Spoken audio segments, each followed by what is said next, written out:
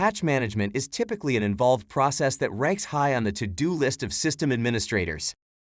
To quote NIST, patch management is the systematic notification, identification, deployment, installation, and verification of operating system and application software code revisions. At best, it can be an extremely labor-intensive process. If done incorrectly, however, organizations find themselves vulnerable to data breaches and cyberattacks and staring down the barrel of copious fines, among other undesirable outcomes. Thing is, there is no fixed formula to patch management. It ought to be a process that is unique to each organization.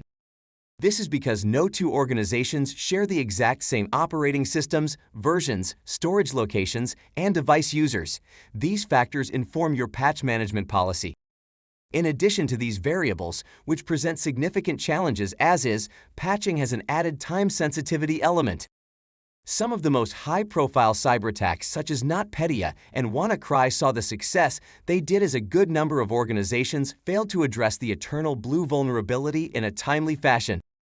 There is a running joke that Exploit Wednesday follows Patch Tuesday, the day that Microsoft, Adobe, Oracle, and many other tech companies release a host of patches for their software because cyberattackers are quick to reverse engineer the patches to reveal the underlying vulnerability. They address and execute attacks on affected yet unpatched systems. Keep watching our videos and check our blog.